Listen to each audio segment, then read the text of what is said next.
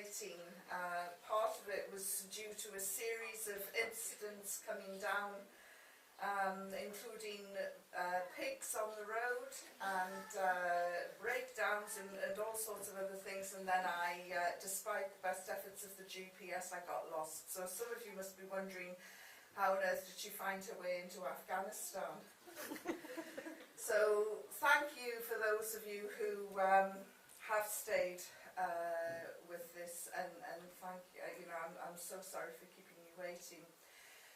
Basically, my journey to Islam began after the horrific events of 9/11, and I was chief reporter of the Sunday Express at the time, and as such, I got sent to Pakistan, where there were about 3,000 media gathered as the war of words was escalating between Washington, Islamabad, Kabul and London. And it was quite obvious the American people were in a great deal of pain after 9/11, and in George Bush's eyes, somebody had to pay. So the war drums were beating very loudly. 3,000 of us were assembled in various parts of Pakistan, and we sort of waited. Now the daily journalists were just reacting to the news events, but Sunday journalism is more about analysis and investigative work, and so I was thinking, what would be the best story for this particular Sunday, because it was quite obvious it would still take maybe 2 weeks before the war would start. And so I thought that the best thing to do would be actually to get into Afghanistan to find out what life was really like under the Taliban for ordinary people. I mean, George Bush and Tony Blair kept telling us that the Taliban was the most evil, brutal regime in the world, and they wouldn't lie to us, would they? But I wanted to find out for myself, what is going on over the border. So I went to the Taliban embassy, where these really grumpy-looking men with big black beards and big black turbans were standing, and they refused me 3 times over a period of a week to issue a visa, and then all Western journalists were kicked out of Afghanistan. So my guide and I devised this plan that I would still go into Afghanistan, but I would wear the disguise of the all-enveloping blue burqa, and I was told that once you put this garment on, you become invisible. And so I thought, well, we can go in, I can move around for a couple of days and find out, or try and find out what life is like. So I went in with 2 guides, and it was as I had been told. Once you put on this all-enveloping blue burqa, you become anonymous, you become invisible. It's like Harry Potter's magic cape. Nobody looks at you, nobody notices you. It was actually quite liberating, being able to wander around without anybody looking at you or trying to make a judgment about who you were. So I went in. I think I was a cross on someone's travel documents, and the cover story was that we were going to a wedding. And so we got into Afghanistan, and the first thing that the guides did, one of them was from the old NWFP province, and he was related through marriage to the other guide, who was an Afghan. The first thing that we did was go to the main city, Jalalabad, in the south, and they bought some groceries and things, because they were going to go into this village where the Afghan guide came from, and hospitality being the way it is in Afghanistan, you don't go in empty-handed. So we went to this major city, Jalalabad, and I sat on the edge of the road while the men did the shopping, and I was quite surprised at this because you know, how liberating is that? All the shopping was being done by the men, and I thought, you know, that trying to get this in my hometown in Newcastle is impossible. But of course, under the Taliban, a woman wasn't allowed to speak to a stranger, and that would be a shopkeeper or a trader. Unless you were related, it was impossible to buy a bag of sugar or some flour, because this would have meant having to speak to the trader. So that's why the men did the shopping, but I still think it's a nice idea that maybe we could refine. So I'm sitting there while they went about their business, and they came back with loads of goods, and we got this taxi to this village, and had to walk half a mile after being dropped off on the roadside.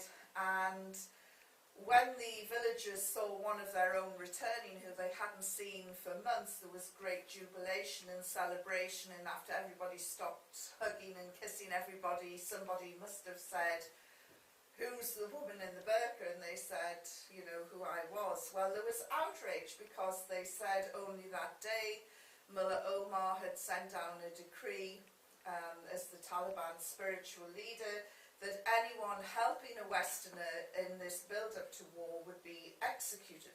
So you can imagine how they felt, having a Western journalist in their midst. So I was taken into this room while this argument was being thrashed out. But there's something about the Afghan people, their curiosity is only outstripped by their genuine desire to extend hospitality. And so very soon some people came into the room and they started talking to me. And the first couple who started talking to me was a brother and sister. And through the translator, one of the guides, I said to the young girl, you know, how do you feel about this impending war? And she said, I'm very sad and very angry. I was training to be a doctor, and the class was closed and I was sent home, and I should be qualified by now, but instead of helping my people in a hospital, I'm stuck rotting away in my village. And I said, oh yes, I understood that the Taliban didn't like women to be educated. And her brother said, no, this isn't the case. I was also training to be a doctor, and the college was closed down because it ran out of funding, and we were all sent home. And I could really feel their frustrations as they were talking about all the ambitions and desires that they had, but they were stuck rotting away doing nothing in this village. And as we were talking, this larger-than-life Afghan lady walked in, and she just cast her eye and looked me up and down, and she put her hands on her hips and her toes started tapping, which, as the women know, this is international language for trouble ahead. And she said to me, do you have any children? And eager to accommodate this woman, I went, oh yes, I've got a daughter, I have a child. And she said, one child? And I said, yes, a girl. And she went, ha! She said, you American and English women, you are all so pathetic. She said, all you can ever manage is one, maybe two children. Me, I can have 15. And when you run out of your boy soldiers, I will be providing more. And I thought, wow, you know, I thought Afghan women were supposed to be like all Muslim women, quiet, shy, subjugated, oppressed creatures. And this woman terrifies me, you know. And I said, but aren't you scared, you know, of a war? And she said, dare one American soldier come into my village and I will fight him off with my own hands. She said, I'll use those pots and pans over there. And I thought she probably would. Then she said, but we're really sorry about this incident, and you know, we share the pain of the American people with this little incident. And I corrected the guide. I said, hang on a minute. I said, you said little incident. You know, surely she wasn't saying that. And, of course, in Afghanistan, under the Taliban, there were supposed to be no televisions. And so they didn't see the images that we saw on that horrendous day and every hour on the hour for 3-4 weeks afterwards, of the towers being hit, the towers imploding, people running for their lives. So all they knew, because pictures were banned as well, so they didn't see these things in the news. So all they knew is that this building had been hit by an aeroplane and people had died. And because most of them lived in single-storey homes, it would be almost impossible to try and visualise the Twin Towers being hit and people throwing themselves from the 101st floor rather than face the inferno inside. So the whole scale of 9/11 had really bypassed these people that I was talking to. But then she said, you know, we are very sorry, but what has it got to do with us anyway? And I thought about it, and because at that point we knew that there were a dozen or so hijackers. We knew who they were. We knew that they were all Arabs, about 15 or 16 from Saudi Arabia. There were no Taliban on board. There were no Afghans on board. So what did it have to do with the ordinary Afghan people? And it really started to hit me then that why on earth would America want to drop $1 million bombs on $10 huts? You know, because the country was broken and fractured anyway.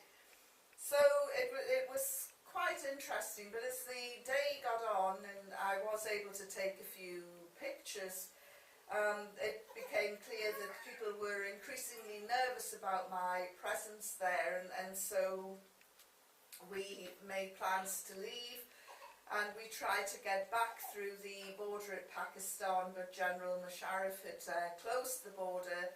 Nobody was to get in or out, and I started to panic a bit then because I said I have to make contact with my news desk. The deadline is tomorrow afternoon. If I don't, they'll raise the alarm and it's going to cause all sorts of problems. So we stayed overnight in, well, they said it was a hotel, it was a room.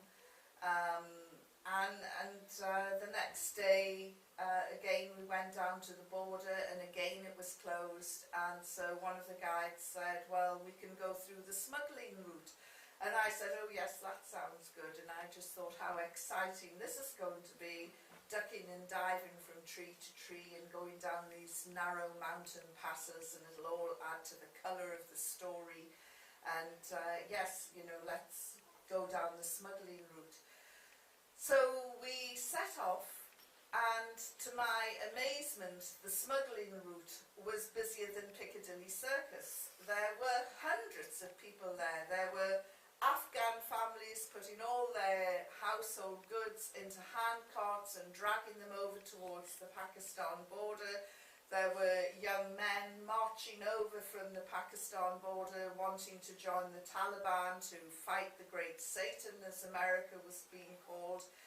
It was a hive of activity. There were donkey traders, camel traders, people with teas and coffees and all sorts of other drinks, and it was a hive of activity. And as we were making our way across, I started complaining about the shoes, the Afghan shoes I was wearing. They were cutting my feet, and I said something to one of the guides, and so he said, well, can you ride a donkey? And he took me over to this string of motley looking beasts, and I looked down at these little donkeys and I said, can I ride a donkey? Look, I ride horses, I gallop, I go over fences, I edges. Look at these, they're half the size. Of course can ride a donkey, and I'm sneering as I'm looking at these innocent looking donkeys. You know, they look so sweet, don't they, as they were munching away. And so we did a deal, and I got on the back of this donkey. Well, I don't know whether it sensed that I wasn't Afghan or what, but it just bolted. And before I could even position myself and get into the seat properly, off it went, and people were scattering as I'm screaming, still wearing the burqa, but just screaming sheer terror as this beast ran out of control.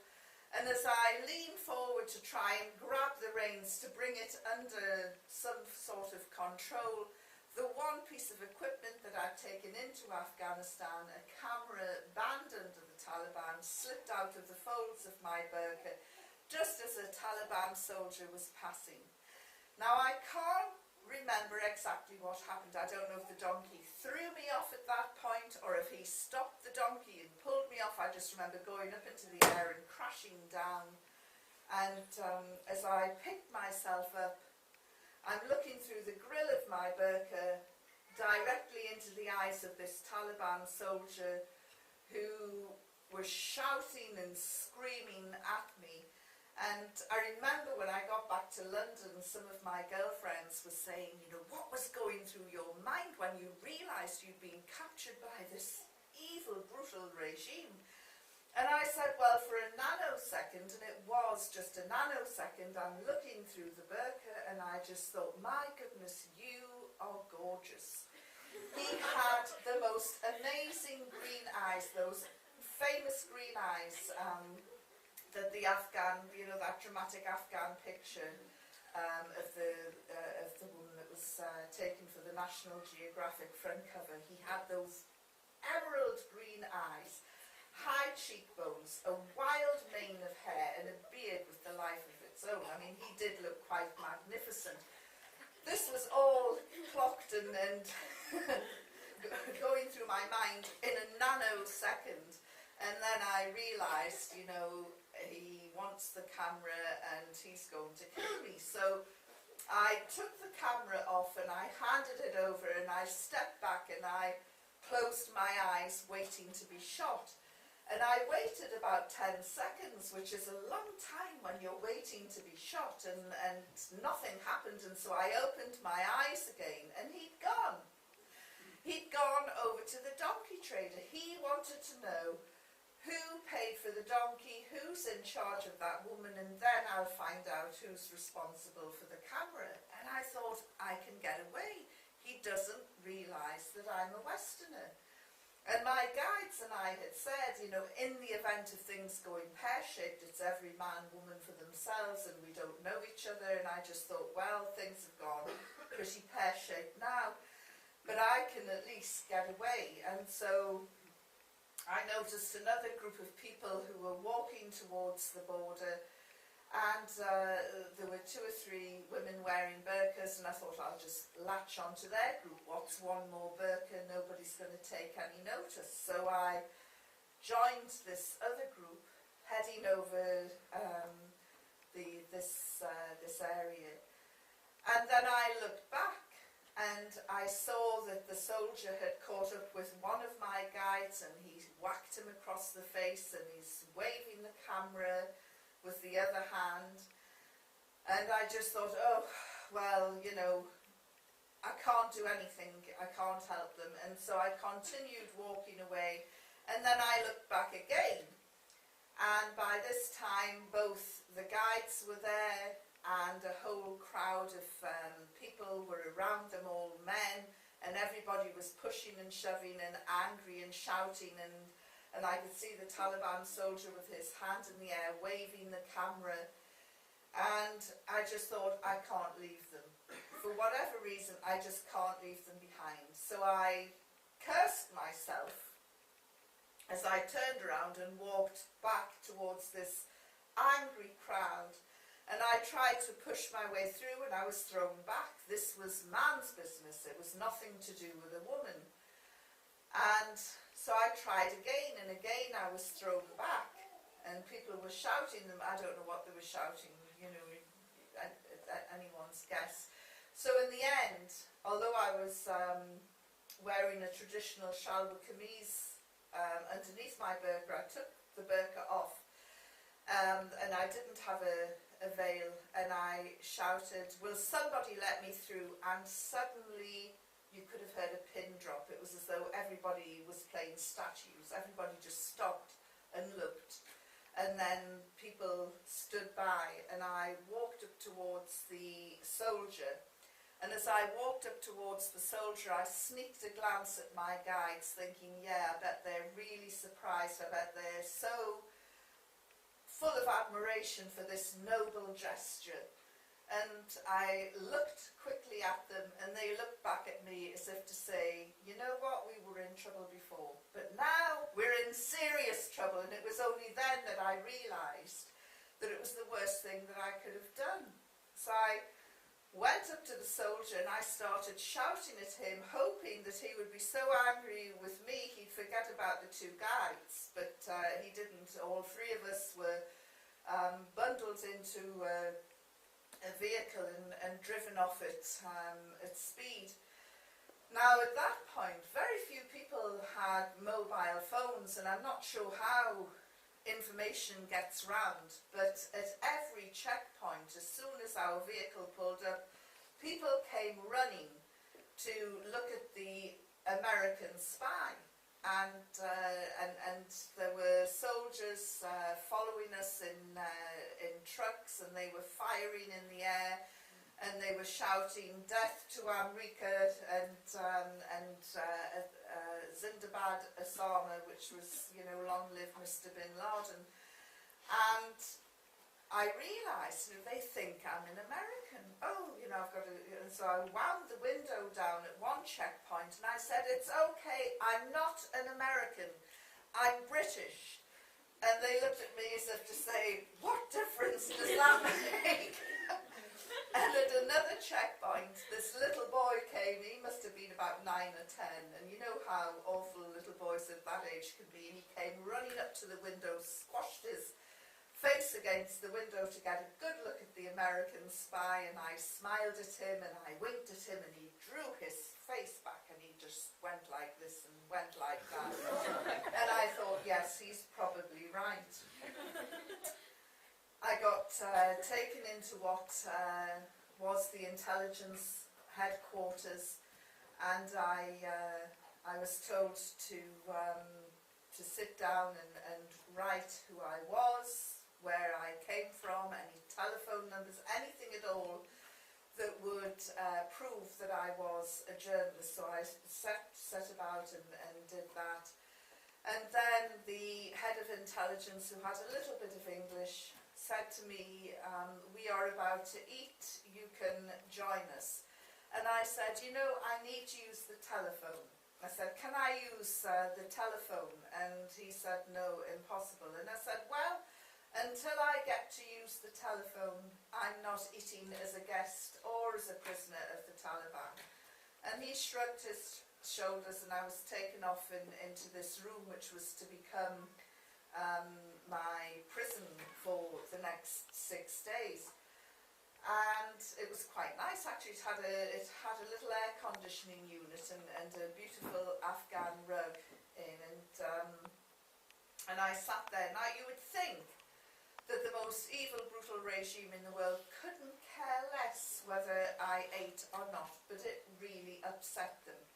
Every morning, noon and night, they would come into my room, they would lay out a cloth, they would put down some really deliciously smelling fresh bread and some rice, and if it was in the afternoon, some stew with a few pieces of meat in, and they would pour a jug of water over my hands and wash my hands in a bowl, and then give me a cloth to dry them.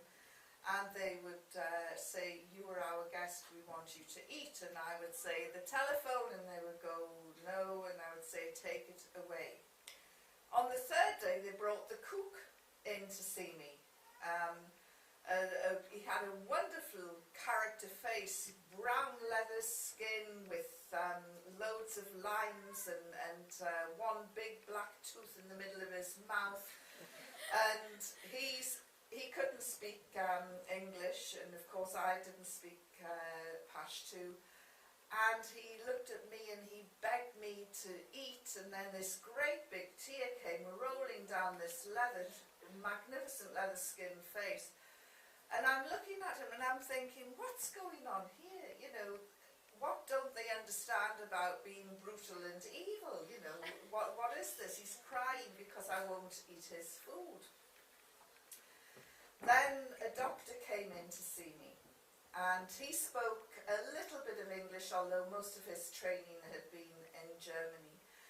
And he took my temperature, my pulse, he looked in my mouth, in my ears, you know, sort of given me a health MOT, and then he took my blood pressure, and something bothered him, and he rattled his machine, and then he took the blood pressure again, and I said, oh, you know, I have high blood pressure, it'll be through the roof, and he said, no, your blood pressure is normal. And I said, how can it be normal? I've been a prisoner of the Taliban for 3 days. It must be through the roof. And he said, no, and he took it again and he showed me, and he said, there, he said, your blood pressure's normal. I said, well, this is amazing, you know, 3 days with the Taliban and you've cured my blood pressure, thank you very much. The next day, the main translator, a young man called Hamid, who had the misfortune to speak English, Urdu and Pashto, came in and he said, Madam Ridley, you're famous, and he pulled out the local Jalalabad newspaper, and it had 2 identical passport pictures of me on the front page. Even though photographs were normally banned, there were 2 identical pictures of me, and these headlines which went right the way down in a tiny little story at the bottom. And I said, what do the headlines say? He said, the headlines say the Taliban have cured Yvonne Ridley's blood pressure and she's very happy. Not the catchiest of headlines. Hamid, as I say, acted as my translator, and because I was convinced that I had been captured by the most evil, brutal regime in the world and that they hated women, I just thought, I'm not going to last, you know, they will kill me. So on the grounds that you don't kiss the hand that slaps you, I thought I may as well go down fighting, and so I decided to be very rude and obnoxious. And when these scary men would come in asking questions, they had massive big black turbans. What I didn't realise is that the more pious you're regarded, the bigger your turban. So, you know, these were some of the most highly regarded men in their society. And they've been sent down from Kabul to interrogate me. And big beards, big black turbans, all looking really scary. And they sat down in this semicircle and they fired questions through Hamid, and they looked at the ceiling, they looked at the window, they looked at the carpet, they looked everywhere but at me. And I just thought, yes, well, this is a sure sign of their guilt. They know that they're going to execute me, and they are so guilty they can't even look me in the eye. Of course, what I learned later is that they were showing me great respect, but I was so culturally unaware of them that I just saw this sign of their eyes looking everywhere but at me as something devious was going on. So I was very rude to them. I cursed them, I swore at them, I threw cushions at them a couple of times, and they would say, why are you angry? You were our guest, we want you to be happy. And I'm thinking, what's wrong with these people? I know they're brutal and evil, so why are they trying to be nice to me? And I just thought, as soon as I'm nice back, that's when the electrodes will come out, that's when they'll burn me with cigarettes, that's when all sorts of abuse will happen. And some of the questions were quite naive, really. I remember, I think it was the 5th day, they came in and they looked, all of them looked very, very angry. And through Hamid, they said, "You have lied to us." And I said, "Everything I have told you is the truth." And one of them had said, "Yes, well, you have a daughter. We have read the Western media. You have a daughter. You lied to us." And I said, "You never asked me if I had a daughter." And one of them said, "You said that you weren't married." I said, "I'm not married." And they said, "How can you have a daughter if you're not married?" And I just thought, my goodness, you know, I was thinking of all the single mums in these estates in Britain, and I just thought these guys would just flip out. And I said, "Do you have the concept of divorce in your society?" And they sort of nodded. And I said, "I'm divorced." But I said, my daughter's father lives there, I live there, we don't live together, we're divorced. So then another of them put a question, and he threw Hamid, and it was, "Well, why haven't you got married again?" And I said, "I have my own car, I have my own money, I have my own job, I have my own house. Why would I want to get married again?" And this just shook them all to the core, so much so that they had to get up and walk out in disgust. They were, you know, these Western women are even worse than we imagined. And so they got out and walked off in disgust.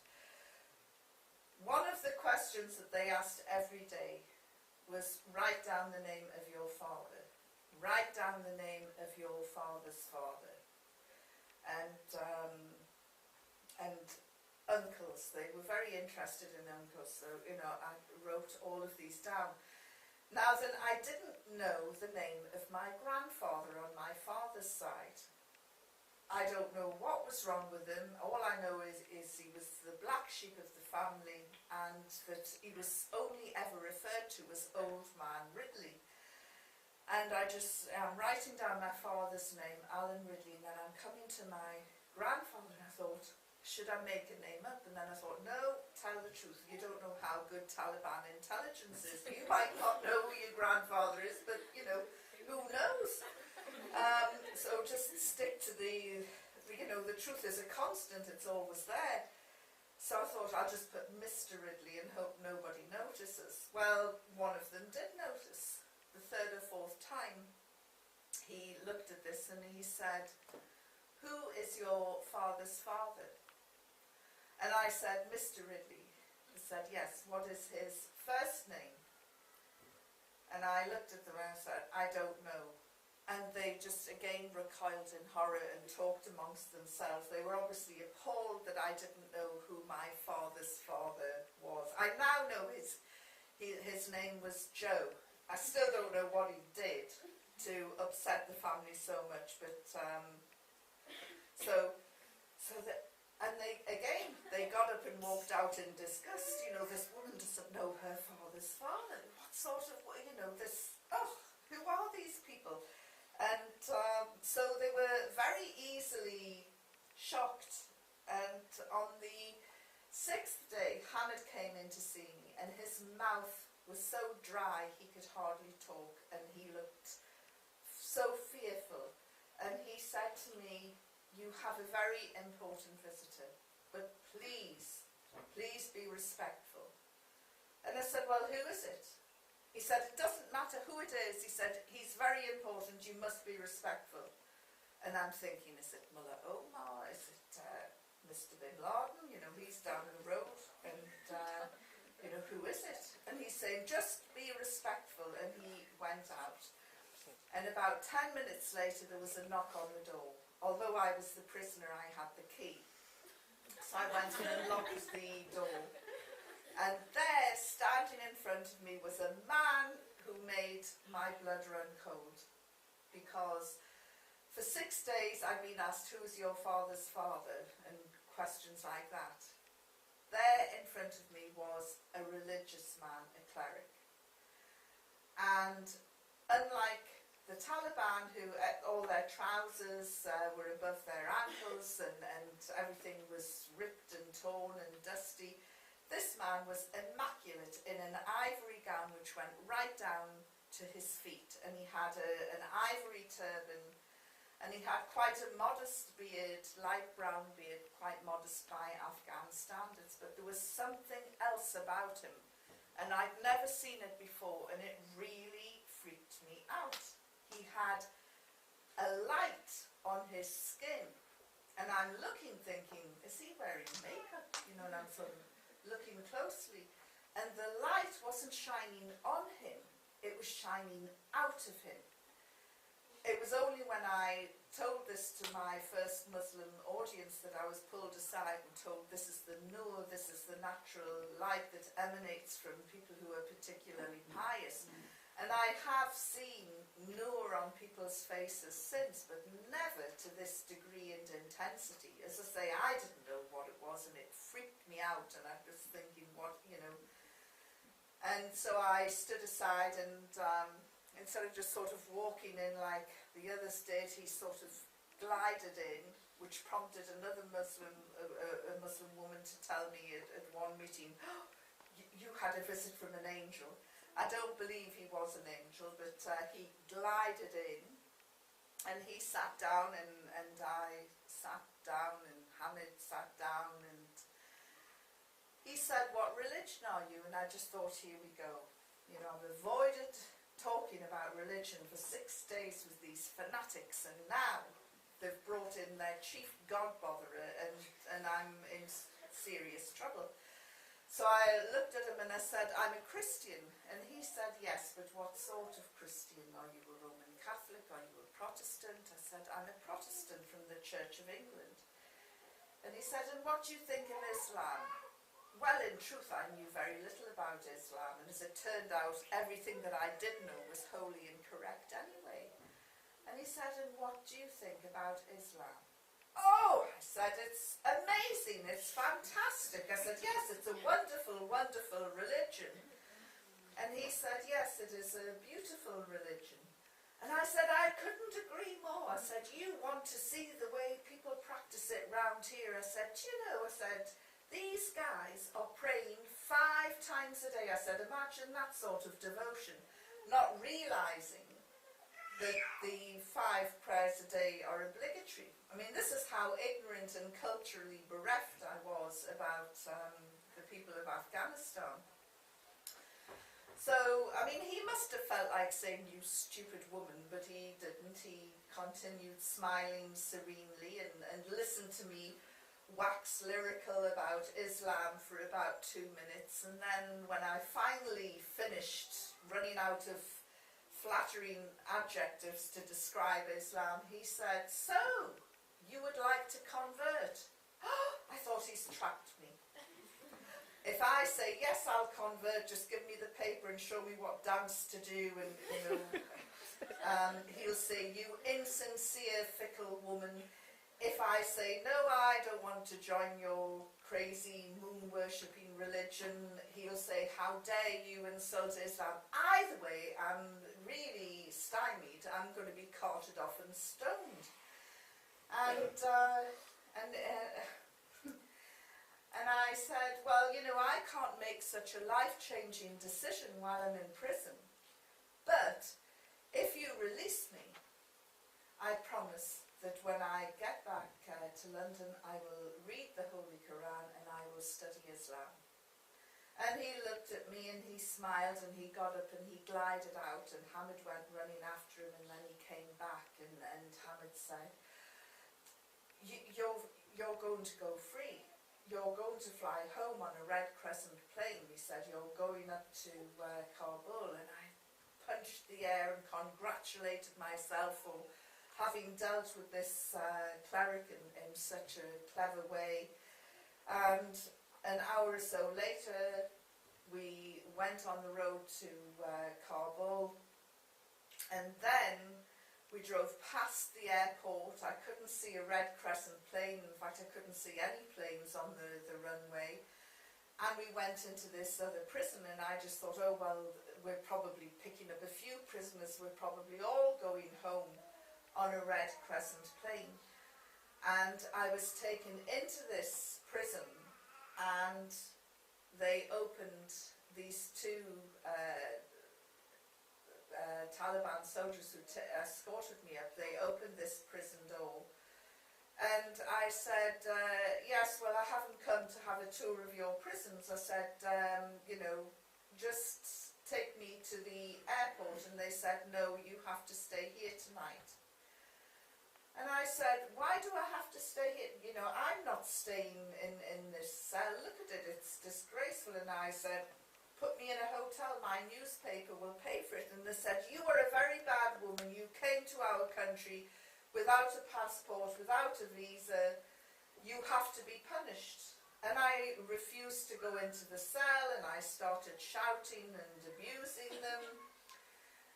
You would think that the most evil, brutal regime in the world, they either would have shot me or just slapped me and booted me into the cell, but they looked totally bewildered by this reaction. And just then another cell door opened and 6 women wearing scarves came out, and one of them said in an Australian accent, "Are you from the Red Cross?"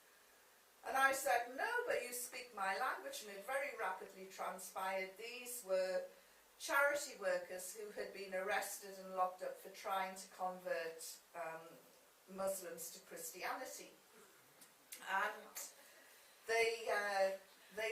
I said to them, they're trying to put me in this cell, and you know, look at the state of it, I'm not going in there. And they said, come and stay in our cell tonight until it all gets sorted out. And I actually thought, you know, I've been without female company for over 6 days. And I've been asked all these questions about who's your father, who's your father's father, and you know, it'll be nice to talk to some women and they understand my language. And so I thought, well, maybe I'll get a good story from them, and if I ever get out of this place, then, you know, that's fine. So I went into their cell, and when I walked in, there were the bars on the window, some rickety bunk beds, some mattresses on a stone floor, and I suddenly realised, you know, you're not going home, you're deeper into Afghanistan, and you're stuck. And so I started to cry. And like any nicotine addict, although the Taliban that held me certainly didn't smoke, when they realised I did, they gave me 200 American cigarettes. So when I started to cry, I went like a nicotine addict, reaching for my cigarettes, and I was just about to light up, and I looked around and said, does anybody mind if I have a cigarette? And they said, yes, this is a no-smoking cell. I thought, how do I find the only no-smoking cell in Asia, and what sort of Christians are they? They can see how upset I am. And as if they were reading my mind, one of them said, if you must smoke, you can go outside into the courtyard. So I went, right, fine. So I got my cigarettes and I went to walk away, and then Deanna, the Australian girl, said, we're about to have a meeting. And I said, a meeting? She said, yes, we have 2 meetings a day. And 2 meetings a day. And I'm thinking, what do they discuss? You know, what, 2 meetings a day? It's the escape committee. They're building a tunnel. I'm looking for the stove. And I said, do you mind if I stay and listen to this meeting? No, not at all. So I sat on the edge of the bunk bed, and the 6 of them, 3 Germans, 2 Americans, and Deanna, sat in this circle, and they pulled out Bibles. And one of them started reading a passage from the Bible, very loudly. And I'm thinking, oh my goodness, any minute now, those crazy Taliban are going to come in and start whipping us and beating us up, and it'll be collective responsibility, and I'm listening to this, and I'm going to get dragged into it. Of course, what I didn't realise is that it says, as I discovered later on in the Quran, that Muslims must protect people of the book, i.e. Jews and Christians, and allow them to practice their faith. So there they were, with their Bibles, reading very loudly. After 10 minutes, they then pulled out handwritten pieces of paper, and they started singing. Now then, I was a practicing Christian, a Sunday school teacher I used to be, and I used to sing in the choir, and we used to sing quite sort of sombre Victorian hymns. But these Christians, they were evangelical, happy clappy, sort of hallelujah type, you know, evangelical chest beating Christians, and they started singing. And one of them told me afterwards that Mullah Omar had banned musical instruments, so when they were locked up, they'd had their tambourines and guitars confiscated, and I thought, thank goodness for that. But anyway, they were doing their singing, and although I make fun of them, I've kept in touch with some of them, and I have to say their faith got them through their predicament, which lasted much longer than mine. So they're doing all this happy clappy hallelujah singing, and at that point I went out into the courtyard and I lit up a cigarette, and just then the azan, the call to prayer for Muslims, started. And I just thought, I don't believe this, you know, my family will imagine that I am being tortured, and indeed I am if I've got to listen to those lot kick off twice a day and these lot going on 5 times a day. And, you know, I felt as though I was trapped in some sort of Andy Warhol movie. So I'm smoking them away. The next day, I was feeling quite grubby, although I'd had a flush toilet and a shower and bath facilities in Jalalabad. After that long journey the day before, I just wanted a bath. And one of the German girls said, well, we don't have a bath, but we can give you a shower. And I went, oh, great. And she said, come with me. And she gave me a zinc bucket. And she took me out into the courtyard, and there was this hand-cranked pump. And she said, start pumping. So I'm going like this. And eventually this water came spurting out, and I said, this is amazing. I said, how do they heat it? And she started laughing. She said, they don't heat it. And I said, well, you told me I was going to have a shower. She said, yes, a cold shower. And so one of them gave me a change of clothes, and I set about washing my other clothes with soap flakes. And I was given a pumice stone, and I was giggling away as I was rubbing this stone on the clothes, because I'd found a stone like this in the back of my mother's kitchen sink years ago, and I'd said to her, what's this? And she said, oh, your gran used to use that to wash clothes. And I was laughing, how can you wash clothes with a stone, you know, it's crazy. And there I was, and I was laughing, thinking, if my mother could see me now, I'm washing the clothes, you know, just like my gran.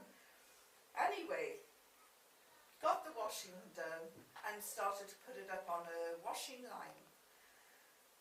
The prison governor, a man with the biggest black beard I'd ever seen and a massive big black turban, came stomping into the courtyard, and his English wasn't that good, and he said to me, remove. And I said, remove what? He went, remove, and he pointed at my washing. And I said, it's my washing, and it's drying in the sun. And he said, well, cover. I said, cover it. I said, you've obviously never done the washing in your life. I said, how will it dry if it's covered?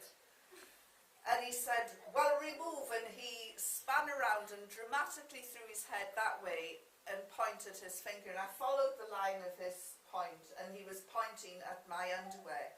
I won't go into details, but we're talking Bridget Jones' big, black, comfortable underwear. Nothing salacious or lacy.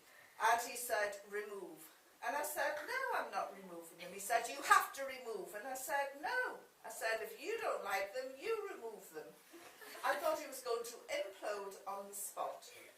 And he spun around and went storming off. And he came back 15 minutes later, and I kid you not, he came back 15 minutes later with Mr. McWattle, the foreign minister of Afghanistan. Afghanistan's equivalent to Condoleezza Rice or Colin Powell. And I'm thinking, there's a big war about to kick off. This man should be involved in shuttle diplomacy between Islamabad, Washington, Kabul. And he's in this female section of the prison, and he's got embroiled in a row over my knickers. And I'm looking at him, and he said, Madam Ridley, you items. And I said, this is the female wing of the prison. This is the female washing line. Those are female clothes, and if you two clear off, no man is going to have to look at my washing. He said, no, you're wrong there. Some of the soldiers sleep above the female wing of the prison, and he said, if they look out of the window and they see those items, he said, they'll have impure thoughts. And I'm thinking, wow, I'm looking with new respect at my washing at this point. And I said, there's a solution. He said, I knew you were a reasonable woman. I said, tell your men not to look out of the window. He said, this is impossible. And so the argument went on long after the clothes had dried. But only that day, earlier that day, they'd shot down a drone. It was quite obvious that there was a build-up and that they were about to, go to war with the biggest superpower in the world. And I thought, America doesn't have to bomb Afghanistan, it just needs to parachute in a regiment of women waving their underwear, and these guys will just run a mile. But it was really interesting that this was a priority issue for the foreign minister of Afghanistan. Then he said to me, tomorrow you will go home, inshallah. I said, what is this inshallah you put on the end of every sentence, because it never happens? Of course now I know, God willing. And true to his word, even though the war had started that night and it was a truly terrifying episode, they took me away the next day and they handed me over to the Pakistan military. As I crossed over no man's land, the Pakistan media were waiting for me and they were shouting, how did the Taliban treat you? And as I was walking across, I thought about my treatment. And I thought, they treated me very well. And I realised how badly behaved I had been. And I wanted to turn round at that point and walk back and say, hey guys, I'm really sorry, but I was very stressed. But I thought if I turn round and walk back towards them and they think, oh my goodness, she's coming back, they really will shoot me. Because I don't know who was happier when I crossed over into Pakistan, them or me. So when the media shouted, how did the Taliban treat you? I said, they treated me with respect and courtesy. This is not what the world wanted to hear. The world wanted to hear that I had been beaten, abused, raped, tortured, burned, electrocuted. In fact, everything that happened in Abu Ghraib and Bagram and waterboarding in Guantanamo, all of that, it didn't happen to me, but it did happen to people who were arrested in Afghanistan and handed over to the Americans, which often prompts me to say, thank God I was captured by the most evil, brutal regime in the world and not by the Americans. Doesn't play down well on the other side of the Atlantic, but that's how I felt. When I got back to London, I thought about all the episodes that had happened, the ignorance of my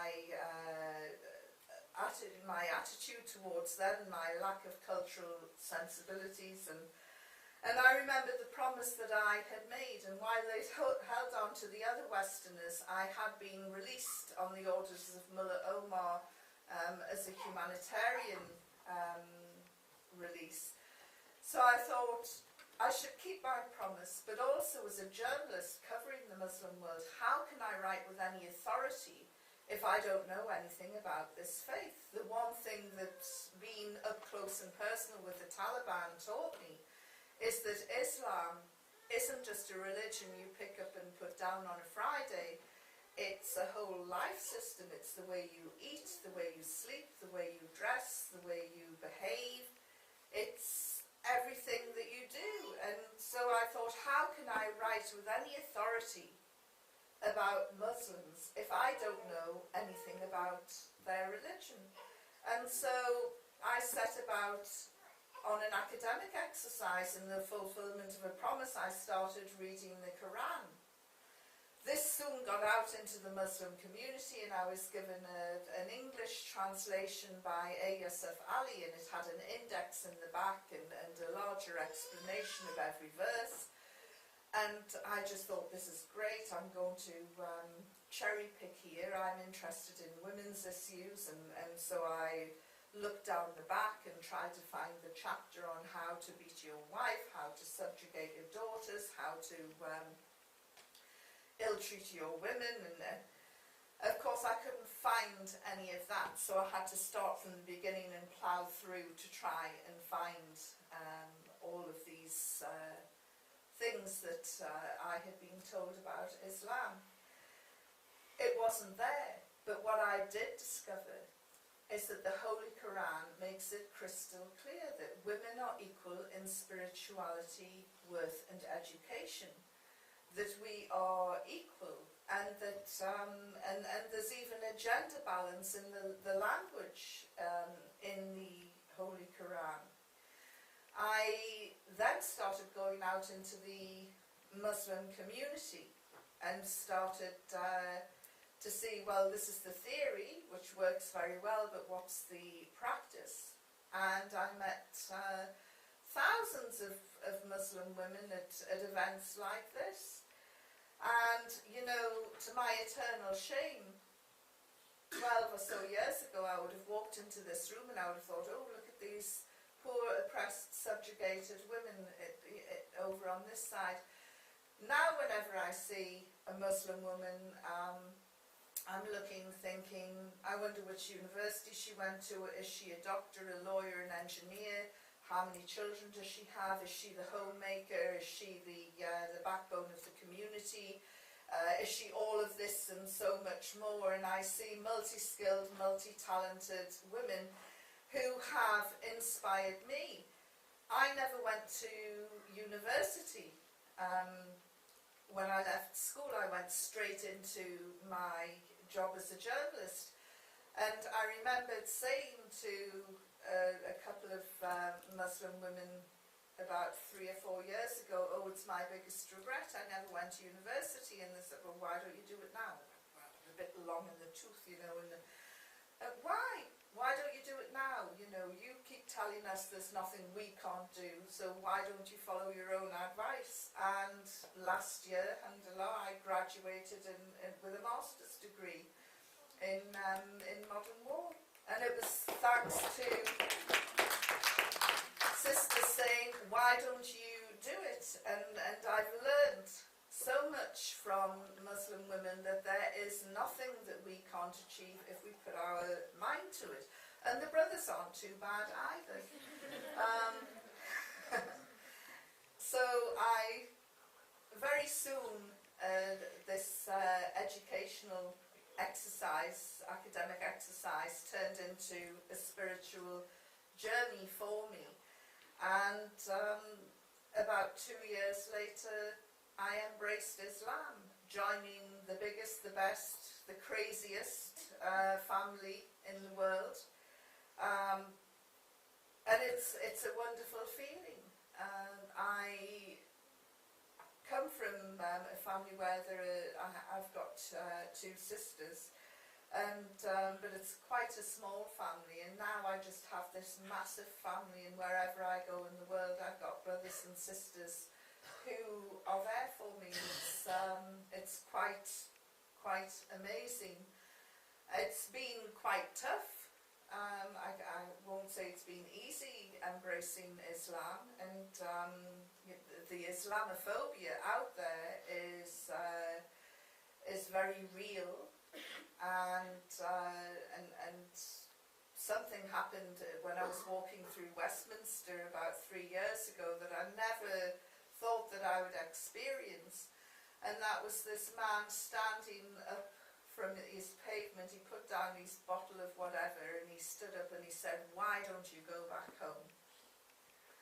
And I looked at him and I said in my thickest Geordie accent, hinny, I try and get back up to Newcastle as often as I can, but you know. And he just looked, and I started laughing and walked away. And it was quite funny, but it's been said since, and sometimes it's very hurtful, especially from the person who might deliver it. One of my former colleagues on the Observer ridiculed me publicly at an event that I was at because I had my head covered, and I wasn't wearing a furry headband. I was just wearing a hijab, and he was very scathing and very nasty, and it made me feel quite tearful that somebody who I thought was a friend could turn like that and be quite nasty. And the trouble is, people who are ignorant about Islam, unfortunately, fear it. So if there's anybody in here tonight who's made an effort to come along to find out more about Islam, well done you for doing that. Because Muslims are having a tough time at the moment, and we need as many friends from outside of our community coming to support us as we can. These are tough times, but we will get through it, and I think that everything that's being thrown at us at the moment, abroad as well as in our own country, it's a challenge, and how we rise to that challenge says a lot about who we are. So although I've had some very challenging days, I haven't had a single day where I've looked back and thought, I wish I had never embraced Islam. I am so happy to be a Muslim. I'm so happy to be your sister. I'm so happy to be here tonight. And that's my story. And I'm sure that some of you will have questions that you want to ask. Please feel free to ask them. I hope you've enjoyed listening to it as much as I have sharing the experience with you. And again, thank you for your patience tonight. So thank you very much.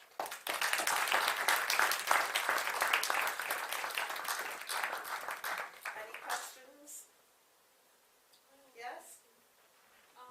Did you end up remarried? Yes, the Taliban will be delighted to know that I got married about 7 years ago to an Algerian. I don't know if there are any Algerians in here tonight. Yes? Crazy people. 2 moods, happy and psycho, and you never get any indication of when they're going to go psycho. It just happens. But I'm a Geordie, so we're used to that. We have the same moods as well. When we got married Islamically first, and Sheikh Faisal Bodi, I don't know if you've seen him on TV, he performed the service, and he's on the Islam channel quite a lot. He's a fantastic brother. And he asked me during the service or the ceremony, he asked me 3 times, do you want to marry this man? And I thought to myself, if he asks me this question one more time, I'm going to have to say, why? What have you heard about him? Are you sure?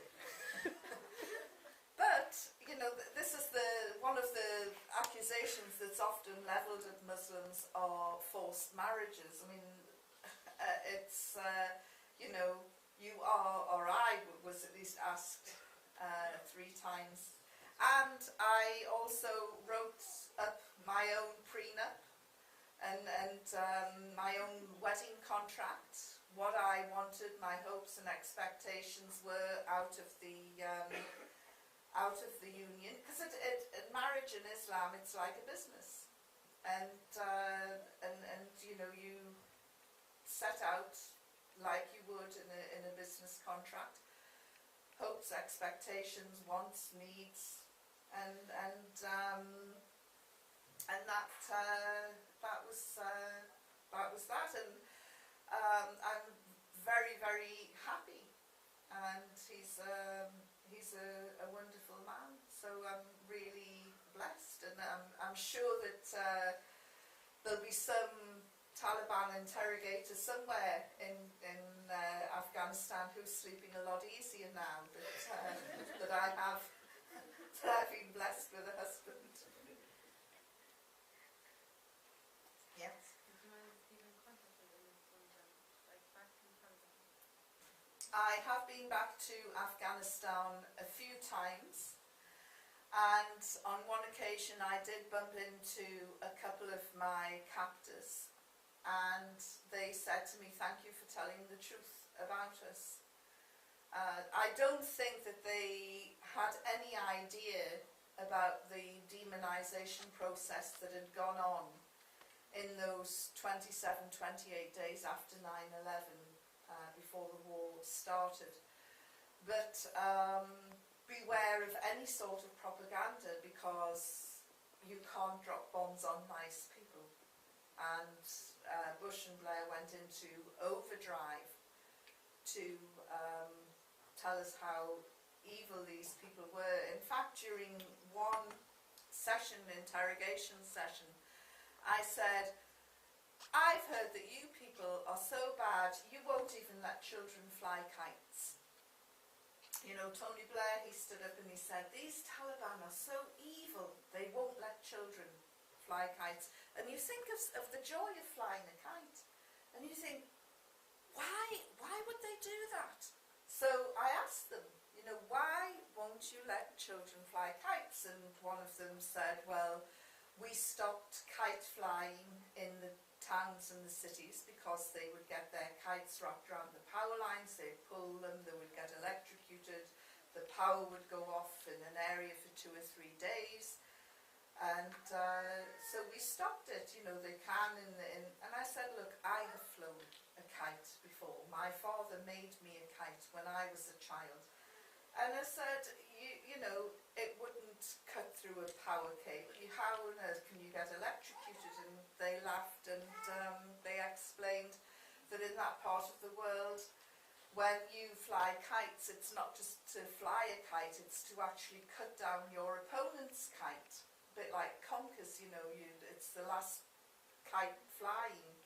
And so the kites have a thin wire going through them, and then they're dipped in some sort of glue, and they have crushed glass around them. And so you can imagine that sort of texture hitting a power cable. It will, if you pull it, slice through the power cable. And then I thought, I wonder how far I would get going up Oxford Street when the Christmas lights are out, flying a kite.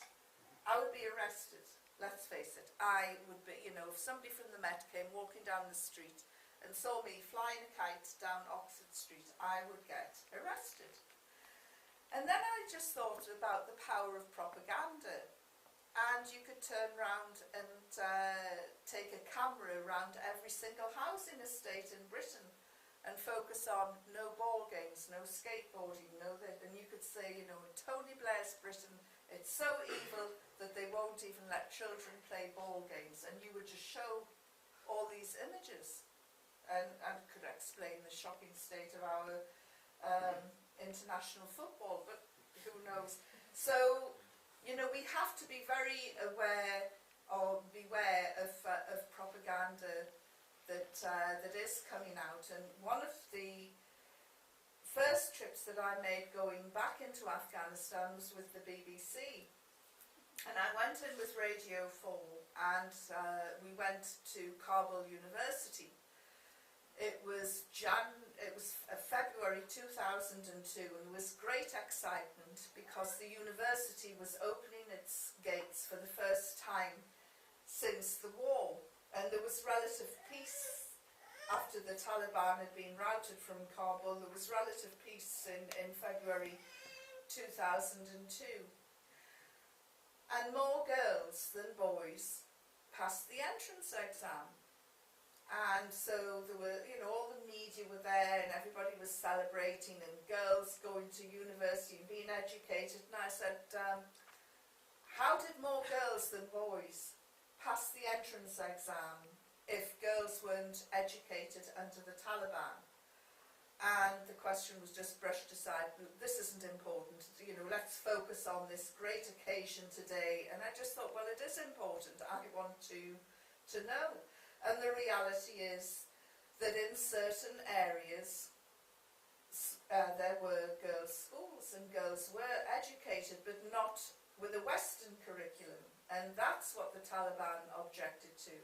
They didn't want a Western-style curriculum. So we have to beware of everything that we're told coming out of war zones, because quite often people in powerful places have an agenda and they want to hoodwink us. So right at the back. I don't know if this is a question or a comment, but I just wanted to say that hearing your story, I couldn't help but contrast it to those in Guantanamo at the moment. And for me, when you were describing the treatment that you got, all I could think about was the orange jumpsuits and the kind of shackles that they're in. I don't know if you want to comment on that or whether that's a question, but thank you, because that gave me quite an image of actually how prisoners are treated without any trial or any fair trial. So I don't know if you want to comment on that. I've actually been to Guantanamo. I was there for 4 days filming and for a documentary. And it doesn't matter whether your prison is gold-plated or mesh. The fact that you're losing your liberty is really tough, because what you are doing is you are losing control and you're handing your life over to somebody else to control. That was one of the reasons that I went on hunger strike for 10 days, because it was the only form of control that I had over my jailers, was to go on hunger strike, because they couldn't stop me. Now, they are hunger striking in Guantanamo, and they are stopping them in the most brutal way.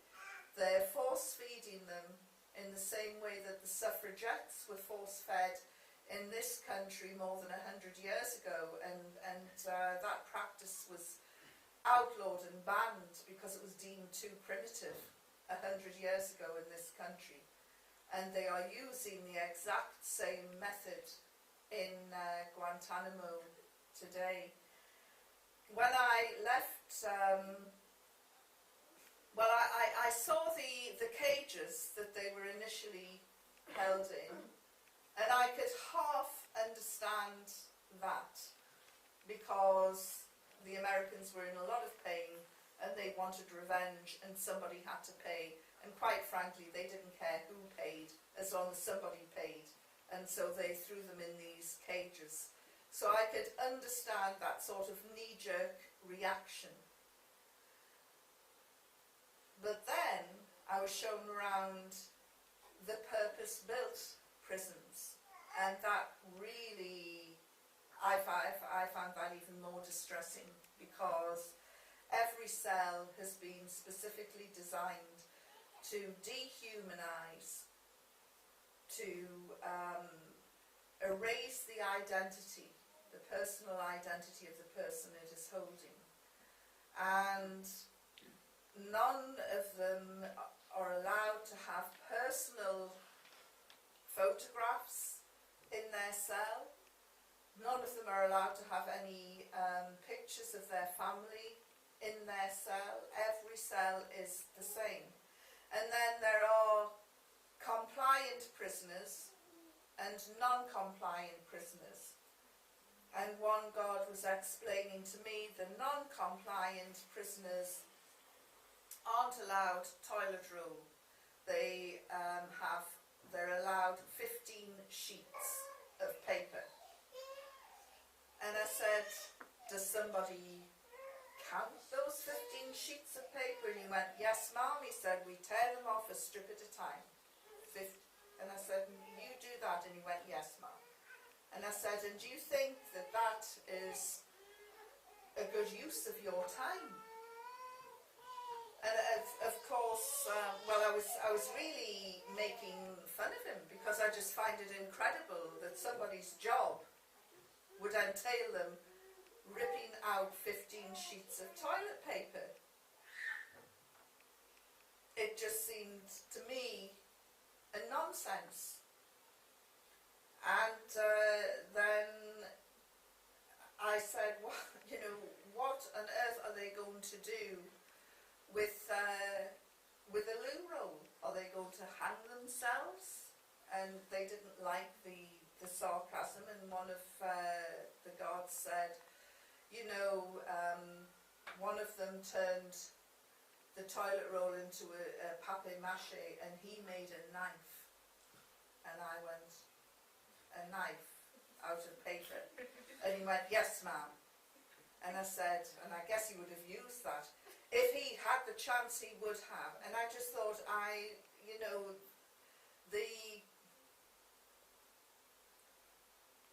I wasn't allowed to talk to any of the detainees, so I don't know, but I have spoken to ex-Guantanamo detainees, and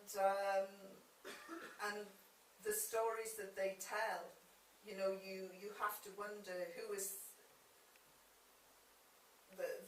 the mental state. I would be more concerned about the mental state of some of the guards than some of the detainees. But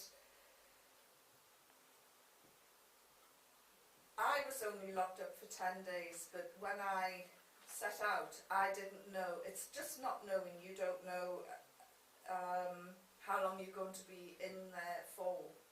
And I think that I was cracking up, and I couldn't, I don't think I would have lasted much longer, and it was just the uncertainty.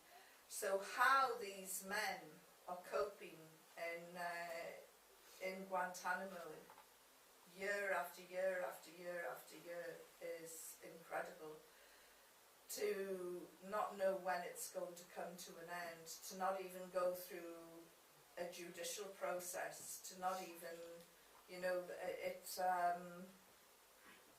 it must be, well, it's like trying to think how long is a black hole. So I do lie awake at night sometimes and think about them and just wonder how on earth they can cope under those conditions. Starting from your story is really inspirational, mashallah.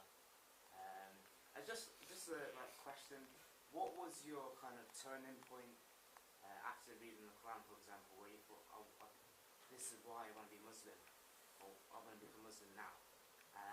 And also wondering, obviously it must be a large decision, a massive decision, leaving the so-called kind of freedom of the Western society to go into the oppressive Muslim society.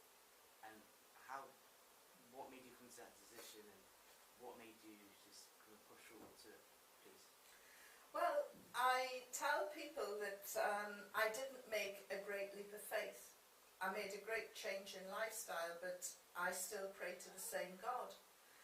And I've always had that core belief in God. So it was quite easy for me to go from the Bible to the Quran and understand it. And I then went back to the Bible and spoke to Christian scholars about the Bible and about its origins, and discovered that the New Testament was first compiled or first started to be written 70 years after the emergence of Jesus, or Isa. And I know that that as a journalist, we can't get our facts right 24 hours after an event. So how could there be any degree of accuracy in the New Testament 70 years after the emergence of Jesus? And so I I then went back to the Quran and wanted to find the origins of the Quran, and was astounded to learn that the very first Quran, which was compiled into a book form and entrusted into the hands of a woman, the very first Quran would be identical to the very last Quran coming off a printing press in Saudi or in Egypt. And I then realised that the Bible is a beautiful compendium of stories written by men of God, and the Holy Quran is the Word of God. And that to me convinced me that that Islam was the final message, and was a natural step for me to move from Christianity to Islam. And as I say, it wasn't a great leap of faith. I still pray to the same God, I just do it in a different way now, in a more disciplined way. But one of the things that impressed me about Islam is, you know, as a Christian, you're taught to be good and nice and to love your neighbour, and it's the easiest thing in the world to go out and be good and nice and kind and do good deeds, and we all like to do, you know, nice things and favours and deeds. But in Islam, it was the theme of justice that impressed me. Justice to be given in equal measure to your enemy as well as your friend and your family. You know, this theme of equality and justice really resonated with me. Yes? Have you faced more obstacles in life now than you did before? And if so, how? I would say challenges. I probably face more challenges. I'm still essentially the same person with the same sense of humour. My little black dress is now a big black dress. I love the colour black, I always have, and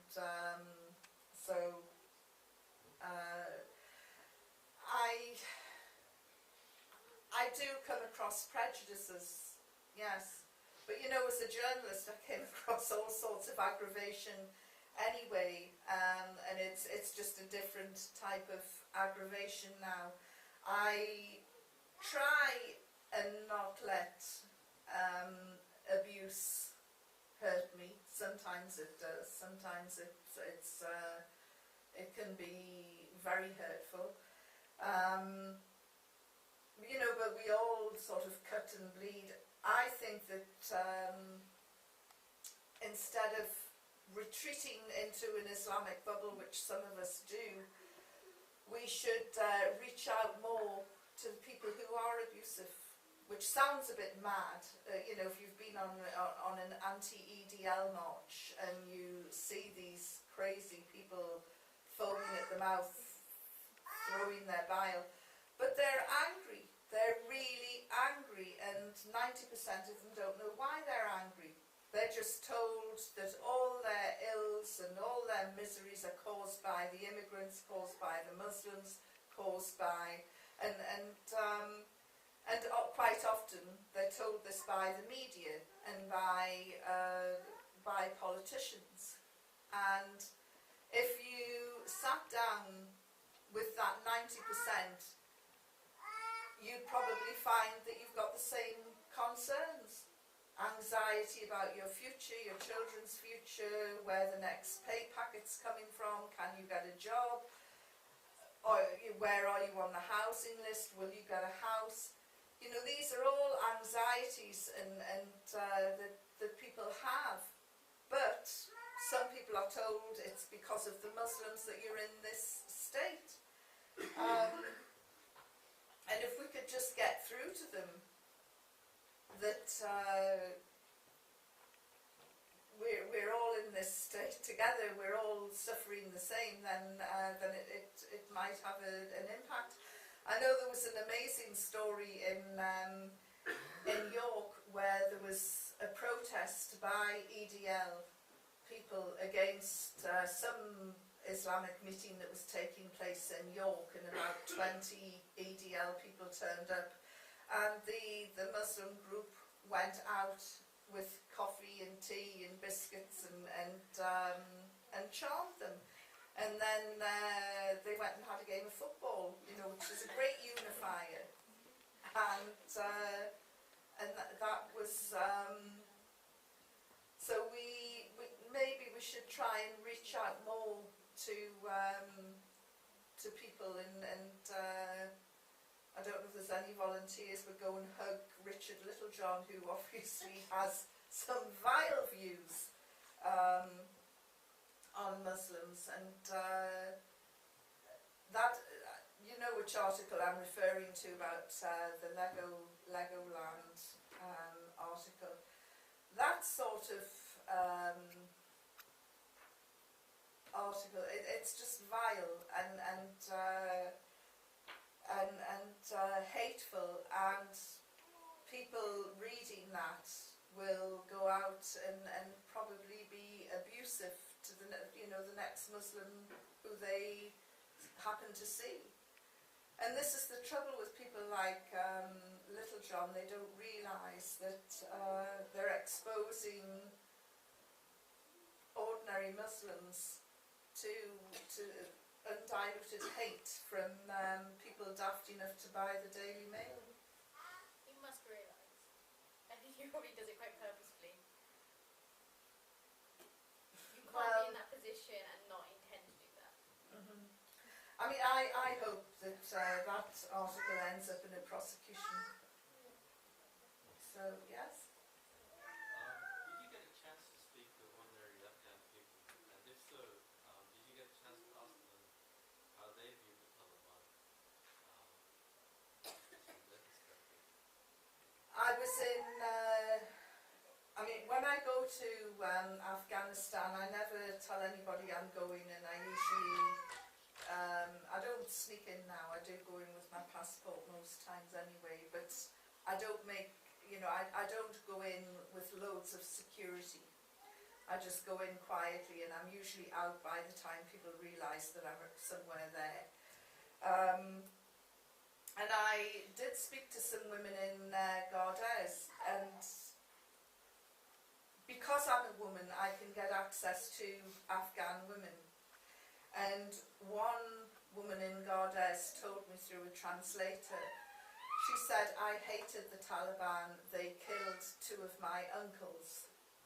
And she said, now NATO has killed 16 of my cousins, guess who I hate? Can you work out the maths?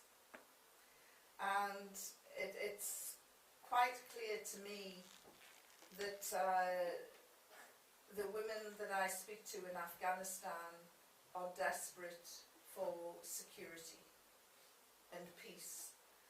And another one told me, what is this Western obsession you have about turning us all into career women? Get him a job. She pointed at the poor husband sitting in the corner. Get him a job so that he can make, put food on the table. Don't worry about me. I've got my children to look after. Get him a job. And I thought that was quite interesting. And it's been very demoralising for a lot of Afghan men who thought, with the demise of the Taliban and the arrival of the West, that we're going to start work. And all the Western contractors came in with Western workmen and set about building buildings, roads, and not providing jobs for local men. So then the Taliban come along, do you want to come and fight for us? We'll pay you $40, $50 a month. Here's a gun, and oh yes, well, it's a no-brainer, and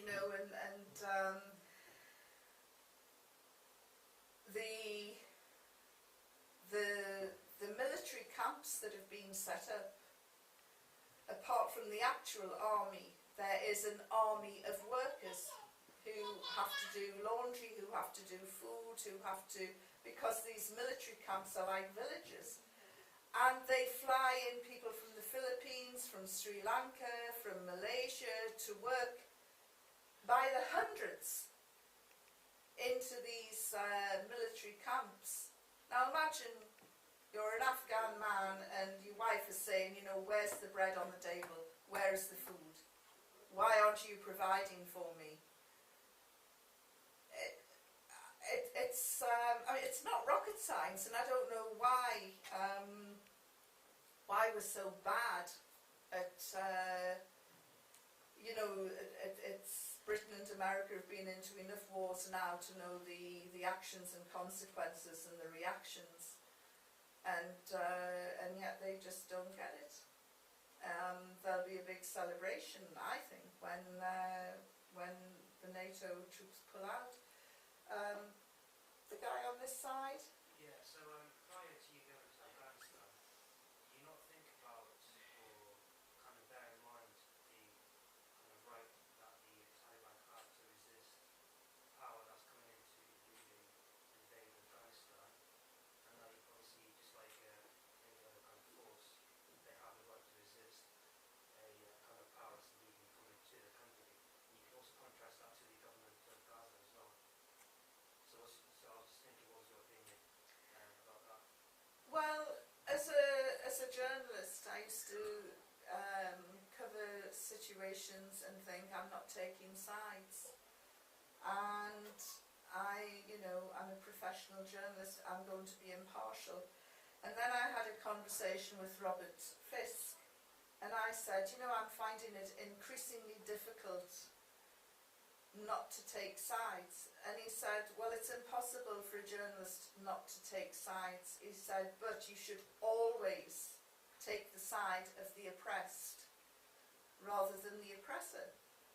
And he said, think about it, when Auschwitz and Belsen, when those camps opened their doors, did the journalists think, oh, we've got all these comments from the Holocaust survivors, now we need to speak to the Nazis, or now we need to get the camp commandant's view just to get a balance in the story? He said no. And he said if you covered a trial of where somebody's convicted of rape, he said you would cover it from the victim's point of view. You wouldn't show any sympathy or anything. And he said, so you must, as a journalist, side with the people who are oppressed. And one of the things that really highlighted this for me was a very famous Taliban commander was killed by the Americans, and they put his body on display in Jalalabad. And again, why they do this sort of thing is beyond me, because it's so disrespectful. And this Taliban commander whose body they put on display and were very insulting about him, he had a false leg, and he'd lost his leg fighting the Russians. And I just thought, this is a classic example of a man who defended his country against the Russians, and he's taken up arms again to defend his country against the latest attackers, who happen to be Americans or from NATO. And I just thought of the ridiculousness of the situation, that you had this Afghan man who'd risked his life for his country fighting the Russians, and who'd paid for his life for his country fighting NATO. And he probably had the same motivation, but he just wanted what he saw as an occupying force out of his country. So yes, there is the right to resist. And I don't know how many of you have seen the comedy Dad's Army, but it's about a group of men who in the Second World War for various reasons couldn't sign up in and go overseas to fight, and they were called the Home Guard, and they were there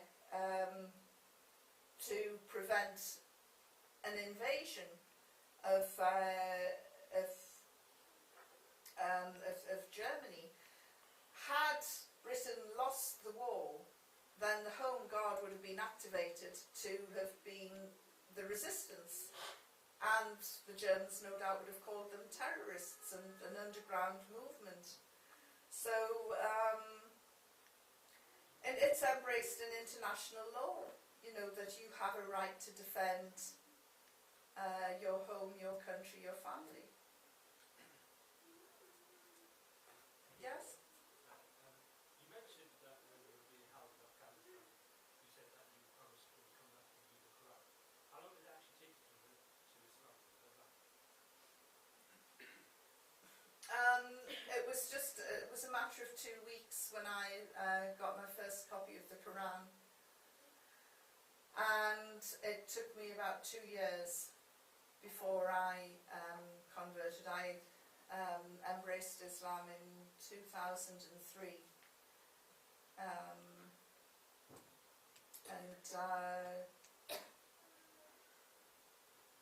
so yes, it was about 2 years.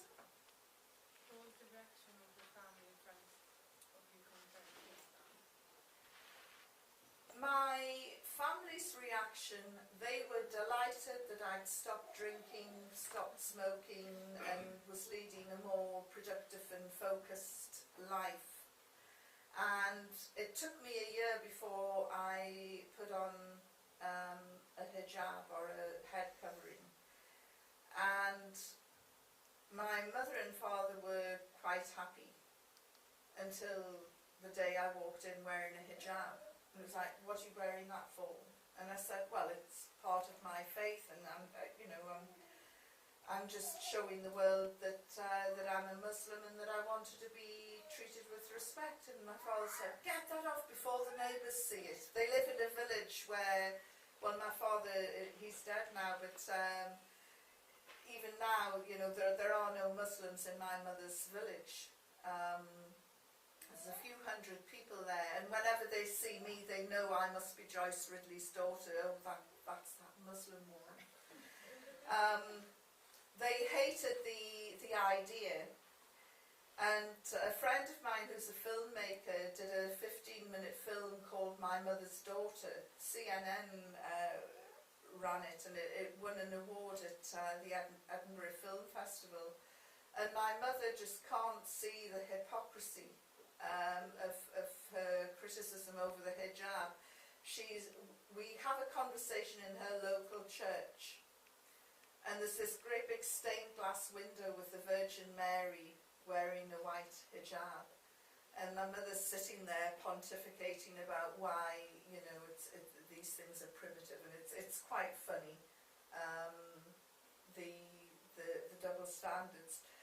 So they were horrified, and the thing that really gets my family now is halal food. They think that the preparation of halal food or halal meat is cruel, and so that is that's quite challenging, and one Christmas I brought in a halal turkey and nobody ate it. But it's quite interesting, the different prejudices that my family has, and I mean, my mother's 87 now, and it's just so difficult to get her to change. But my father, I wish I had worked more on my father, because we had a big row once. I thought he'd got used to the idea that I was a Muslim, and then we had what became known in the family as the pork sausage incident. And I had brought some chicken in to eat. We were having a big family meal, and I said, oh, I've brought in some chicken, and so I'll just cook it. And my mother said, oh, give it to me. And she put these 2 chicken fillets in the same pan as these pork sausages, and I went, oh, you know what, I'll just forget about the chicken. And she said, why, what's wrong with it? I said, well, it was fine, I said, until you put it in with the pork sausages. And my father blew up, and he just, he just said, this is ridiculous, and there's no reason why you can't eat that chicken just because it's cooking in the same pan as the pork sausages, and he just couldn't get it. And then there was this outburst where he said, you were born a Christian, you'll die a Christian, and he was just in denial that I had embraced Islam. So we rarely spoke after that, and I was staying at their house this time, and I'd been to an event where I was given a copy of the Prophet, peace be upon him, his farewell message, and it was a big copper plate copy of the farewell message. And my father came into the room and he said, what's that? I said, oh, it was a gift I was given. He said, what is it? And I said, this is, it's the farewell message from Muhammad, peace be upon him. And he said, let me read it. And I just thought, oh, yeah, I wonder what he's going to say. And, you know, he was nearly in tears when he finished reading it. And I would defy anybody of faith or no faith to try and disagree with any single word that was said. And he then said to me, do you mind if I put this up on the wall? And I said, no, not at all. And he put it up on the wall. And then I discovered that he was also listening to Zaki Nayak on a morning. And he thought he was really entertaining and informative. And I just wish that I had done some dawah work on him and got him into Islam, but sadly he died very suddenly, and so that's one of my regrets. My mother is a much more difficult cookie to crack, and I've said to Sheikh Yusuf Estes in the past, who I absolutely adore and think he's wonderful,